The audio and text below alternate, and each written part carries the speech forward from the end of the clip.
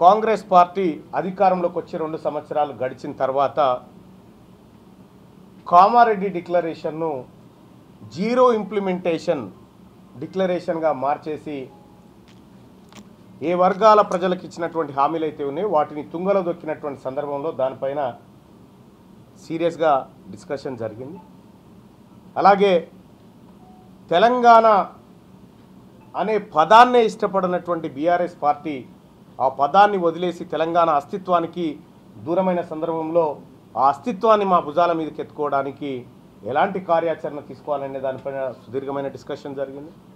అలాగే రేపటి తెలంగాణ రాష్ట్రంలో బీసీల భవిష్యత్ ఎలా ఉండాలి, ఎస్సీ ఎస్టీల భవిష్యత్ ఎలా ఉండాలి, మైనారిటీల భవిష్యత్ ఎలా ఉండాలి, అగ్రవర్ణ పేదలకు ఈ పార్టీ ఎలాంటి భరోసా ఇవ్వబోతుంది, అన్ని అంశాల గురించి కూడా సుదీర్ఘంగా చర్చించినాం. ఇది మేమందరం కూడా రాష్ట్ర కార్యవర్గం అంతా కూడా ముక్తకంఠంతో చెప్పినటువంటిది అదేంటంటే ఇది వరంగల్ డిక్లరేషన్. కామారెడ్డి డిక్లరేషన్ ఏదైతే కాంగ్రెస్ పార్టీ చెప్పిందో వరంగల్ డిక్లరేషన్ మేము కూడా 10 అంశాలను కామన్ మినిమంగా అంటే మేము మా ఎజెండాలో భాగంగా కామన్ మినిమంగా ఈ అంశాలను అమలు చేయాలని ఇవాళ రాష్ట్ర కార్యవర్గం నిర్ణయం తీసుకుంది. దాంట్లో ప్రధానమైనటువంటి అంశం ప్రొఫెసర్ జయశంకర్ సార్ను తెలంగాణ జాతిపితగా గుర్తించడం కోసం రాష్ట్ర కార్యవర్గం నిర్ణయం చేసింది. మొదటి పాయింట్, గతంలో ఆయన జీవితమంతా ఈ తెలంగాణ కోసం పోరాడి ఈ తెలంగాణ కోసమే బ్రతికి ఈ తెలంగాణ కోసమే అమరుడైనటువంటి జయశంకర్ సార్కు తెలంగాణ రాజ్యాధికార పార్టీ అత్యంత గౌరవంగా ఈ పార్టీ శిరస్సున పెట్టుకుంటూ ఈ తెలంగాణ రాష్ట్రానికి జాతిపితగా ప్రొఫెసర్ జయశంకర్ సార్ ఉండాలని ఇప్పుడున్న ప్రభుత్వాలను డిమాండ్ చేస్తూ వాళ్ళు అమలు చేయకపోతే రేపు తెలంగాణ రాజ్యాధికార పార్టీ మొట్టమొదటి అధికారంలోకి వచ్చిన తర్వాత మొట్టమొదటిగా అమలు చేసేటువంటి అంశం ప్రొఫెసర్ జయశంకర్ను జాతిపితగా తెలంగాణ జాతిపితగా గుర్తించడం. ఇక అలాగే రెండో అంశం కొండా లక్ష్మణ్ బాపూజీకి భారతరత్న ఇచ్చి గౌరవించుకోవాల్సినటువంటి అవసరాన్ని రాష్ట్ర కార్యవర్గం గుర్తించింది. ఆ దిశగా మా వంతు పోరాటం కానీ ఈ ప్రభుత్వాలు విఫలమైనప్పుడు మా ప్రభుత్వాలు దాన్ని ఇంప్లిమెంట్ చేయడం కోసం ముందుకు పోతాం. అలాగే మొట్టమొదటిసారిగా చాలామంది ప్రజలకు మా వర్గాల నుంచి మా బీసీల నుంచి ఒక రాజకీయ పార్టీ ఆవిర్భవించింది, ఆ పార్టీ మా వర్గాలకు ఎలాంటి మంచి చేయబోతుందనేటువంటి ఆలోచనతో ప్రజలంతా ఉన్నారు. ఈ సందర్భంగా మొట్టమొదటిసారిగా వరంగల్ డిక్లరేషన్ సందర్భంగా చెప్తా ఉన్నాం. 10 పాయింట్లో 3వ పాయింట్ బీసీలకు ప్రతి ఏడాది 1,00,000 కోట్ల బడ్జెట్ పెట్టాలనేది మా డిమాండు. వీళ్ళు పెట్టకపోతే మేము కామన్ మినిమం ప్రోగ్రాంలో పెట్టుకున్నాం. మేము రేపు పొద్దున అధికారంలోకి వచ్చిన తర్వాత ప్రతి ఏడాది బీసీలకు 1,00,000 కోట్ల రూపాయల బడ్జెట్ పెట్టేటువంటి అంశాన్ని మొదటి అసెంబ్లీ సమావేశం నుంచే చూపిస్తాం.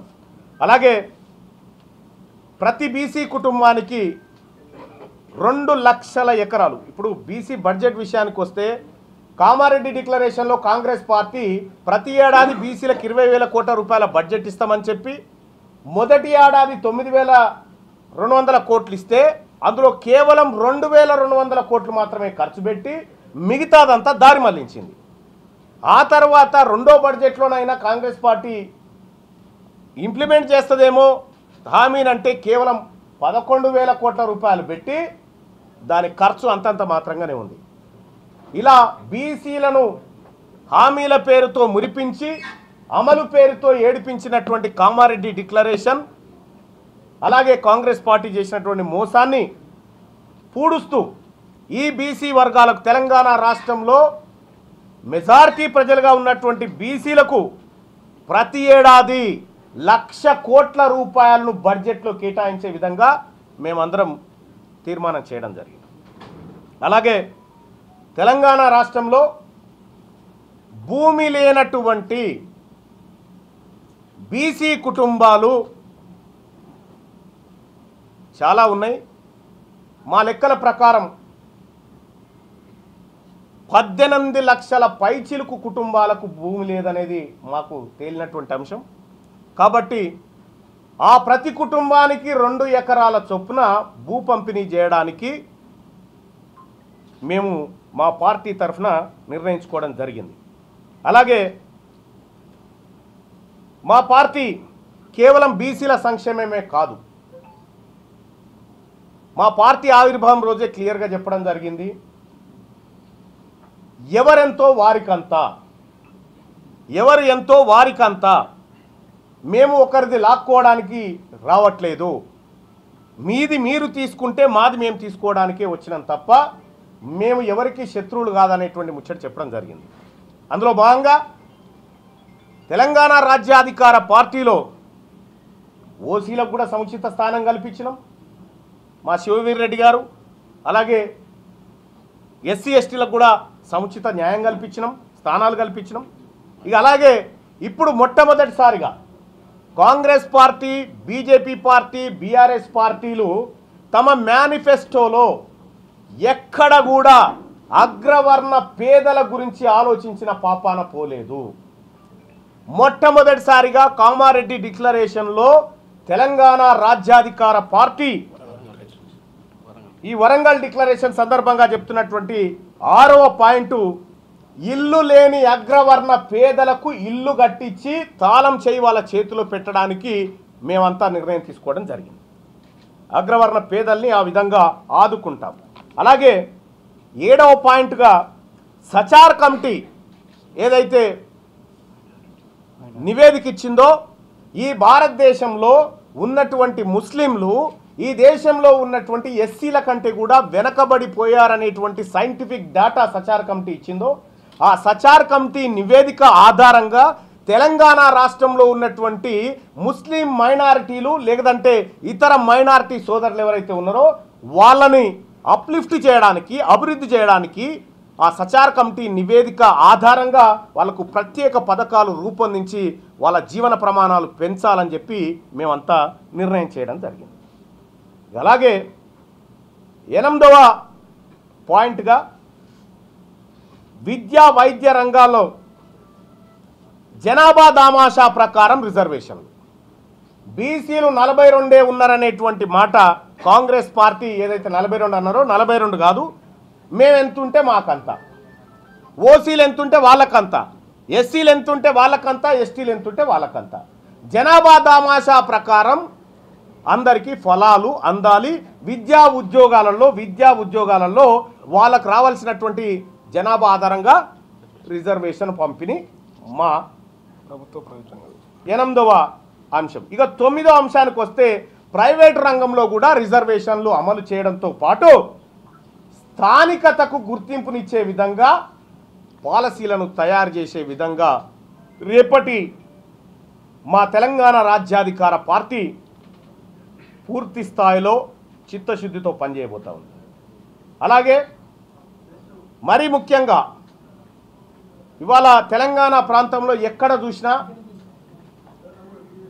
ఏ కుటుంబం చూసినా ఆర్థికంగా ఛిద్రమవుతుంది 2 రంగాల వల్ల. ఒకటి విద్య, రెండోది వైద్య రంగం వల్ల ఛిద్రమవుతా ఉన్నాయి. కాబట్టి తెలంగాణ రాష్ట్రంలో ఉన్నటువంటి ప్రతి ఒక్కరికి కార్పొరేట్ లెవెల్లో ఉచిత విద్యను అందించడం, కార్పొరేట్ లెవెల్లో ఉచిత వైద్యాన్ని అందించడం, అలాగే తెలంగాణ జనాభాలో 50% ఉన్నటువంటి మహిళలను ప్రత్యేకంగా గుర్తించి ఈ 3 రంగాలను మొదటి ప్రాధాన్యత అంశంగా భవిష్యత్తులో తీసుకోవడంతో పాటు వీటిపైన బీసీ మేధావులు, ప్రొఫెసర్లు అందరితోని ఒక కమిటీ వేసి ఈ 3 రంగాలను చాలా పకడ్బందీగా ఎలా అమలు చేయాలనేటువంటి అంశం పైన ఒక నిర్ణయం తీసుకోవడం జరిగింది. ఈ 10 అంశాలు వరంగల్ డిక్లరేషన్లో ఈ 10 అంశాలను తెలంగాణ రాజ్యాధికార పార్టీ టేక్ ఓవర్ చేస్తూ ఉంది.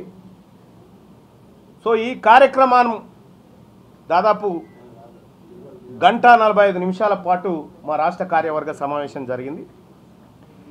ఇప్పటి వరకు తెలంగాణ రాష్ట్రంలో పార్టీ ఆవిర్భావం అనేటువంటి అంశమే కానీ ఈ పార్టీ కామన్ మినిమంగా ఏం చేయబోతా ఉంది ప్రజలకు అనేది 10 పాయింట్ల ద్వారా వరంగల్ డిక్లరేషన్లో గౌరవ మీడియా ముందు ఉంచుతున్నాం. మీ వ్యాపారం అభివృద్ధి కావాలని కోరుకుంటున్నారా? అయితే వెంటనే క్యూనస్ని సంప్రదించండి.